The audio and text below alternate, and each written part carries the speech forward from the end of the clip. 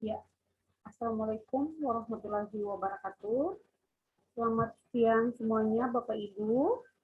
Alhamdulillah pada hari ini kita bisa bertemu dalam kegiatan pemaparan materi kita pada hari ini, yaitu pengenalan literasi digital.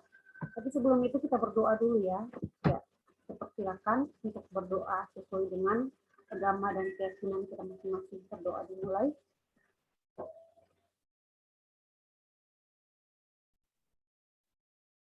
Sesuai saya. Ya, baiklah Bapak Ibu, kita masuk dalam materi ya pada hari ini, yaitu yang berjudul pengenalan literasi digital. Di mana literasi digital ini tujuannya yaitu memahami manfaat TIK dalam bidang pendidikan dan pembelajaran, cara mengakses platform digital, platform sumber daya sekolah, dan platform guru, dan platform rapor pendidikan. Ya, baik Bapak Ibu, kita lanjut ya. Kemudian, literasi digital adalah kemampuan menggunakan teknologi, menggunakan TIK untuk menemukan atau mengevaluasi dan memanfaatkan, membuat dan mengkomunikasikan konten atau informasi dengan kecakapan kognitif maupun teknikal. Ya, kemudian berikutnya adalah penerapan literasi digital.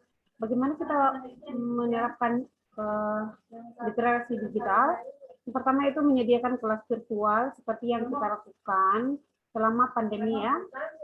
Kemudian memanfaatkan media sosial sebagai sarana untuk meningkatkan pendidikan, yaitu menggunakan WhatsApp, YouTube, dan internet.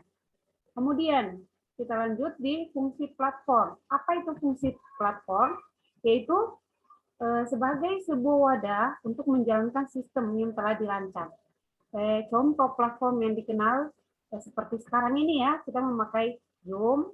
Digital platform ini dipakai oleh tenaga pengajar untuk melaksanakan KBM online-nya. Jadi yang seperti yang kita laksanakan ini. Kemudian kita lanjut ke ekosistem platform teknologi untuk mendukung pendidikan pembelajaran. Nah, yang pertama yaitu platform teknologi sumber daya sekolah,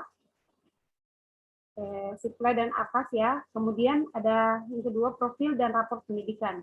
Yang ketiga platform guru, yaitu guru karir dan guru belajar ya. Kemudian ada platform teknologi sumber daya sekolah, di mana itu merupakan sistem informasi untuk memfasilitasi proses pengelolaan sumber daya sekolah agar lebih efisien dan akuntabel. Di situ ada perencanaan, ada laporan, ada belanja. Kemudian dilakukan oleh kepala sekolah, bendahara, ada mitra marketplace ya.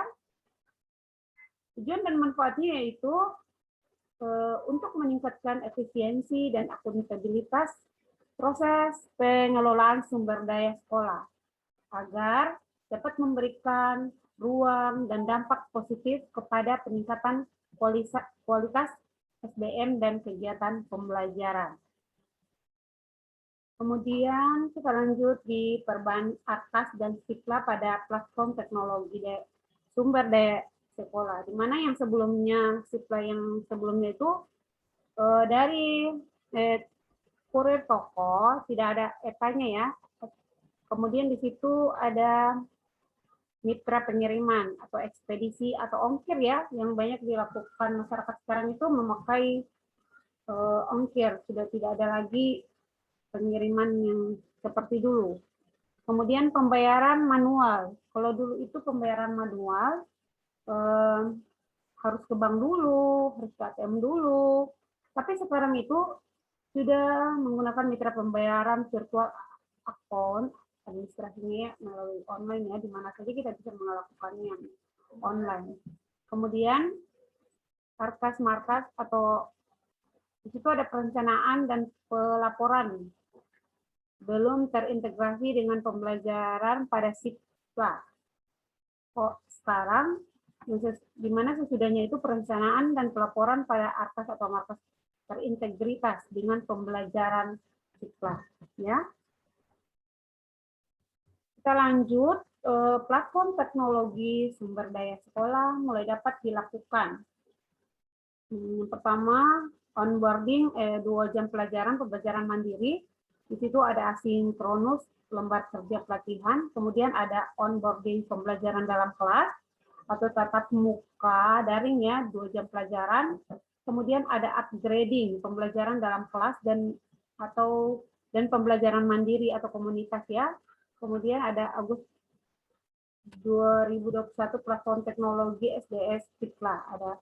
Kemudian yang kelima ada November 2021 platform teknologi sumber daya ARKAS dan Maras ya.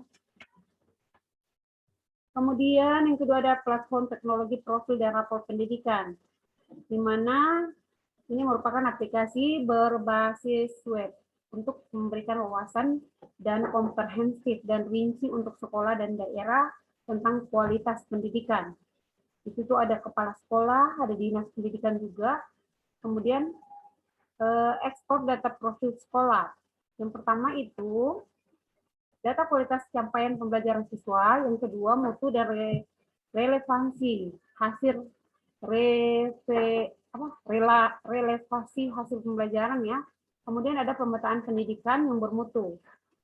Kualitas proses belajar siswa, mutu relevasi pembelajaran. Kemudian ada kualitas sumber daya manusia dan sekolah, kompetensi dan kinerja guru, kinerja GTK ya, dan kemudian ada pengelolaan sekolah yang berpartisipasi, sekolah yang partisipatif atau yang transparansi dan akuntabel. Kemudian ada laporan hasil pengukuran mutu pendidikan sebagai penyempurnaan rapor mutu sebelumnya.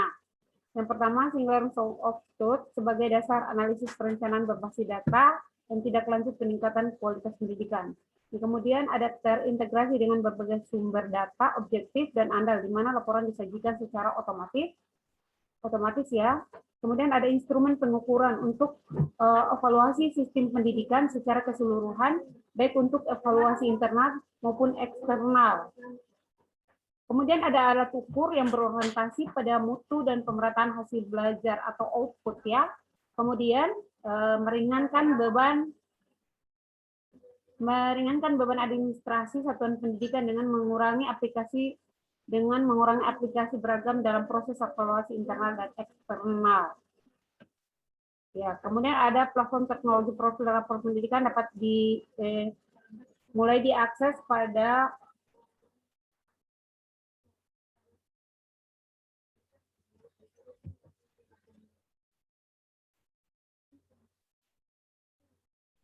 platform teknologi profil dan rapor pendidikan dapat dimulai akses pada onboarding 2 jam pembelajaran mandiri asinkronus, lembar kerja pelatihan, onboarding pembelajaran dalam kelas tatap muka daring 24 jamnya, 2 jam pelajaran atau upgrading pembelajaran dalam kelas dan pembelajaran mandiri untuk Kemendikbud Juli 2021, data parsial, data Desember 2021 untuk perdana.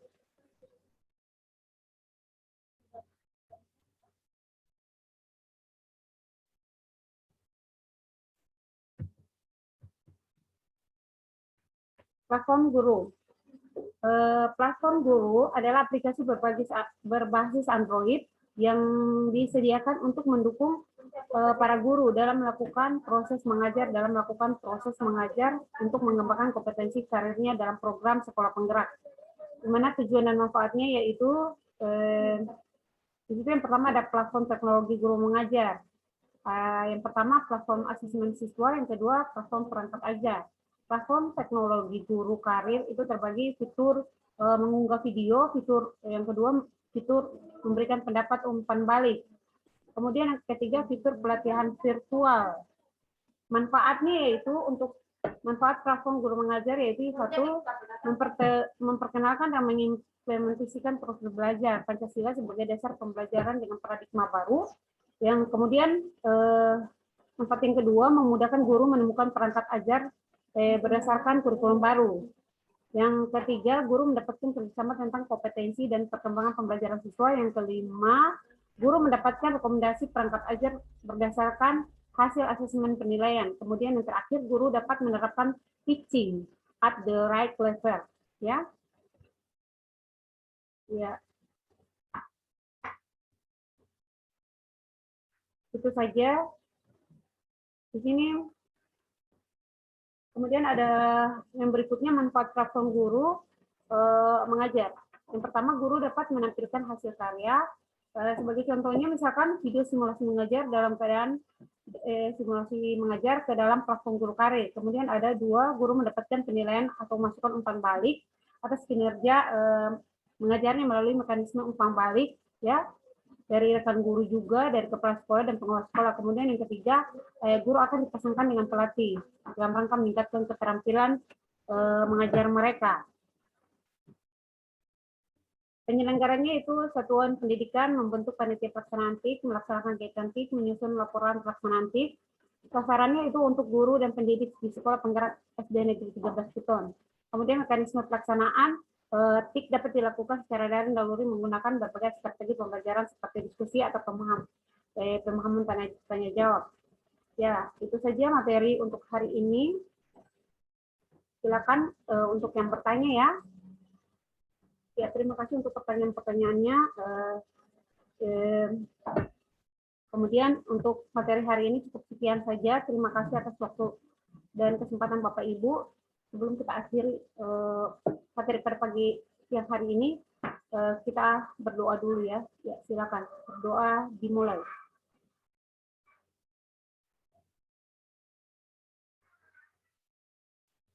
Doa selesai ya. Ya, terima kasih.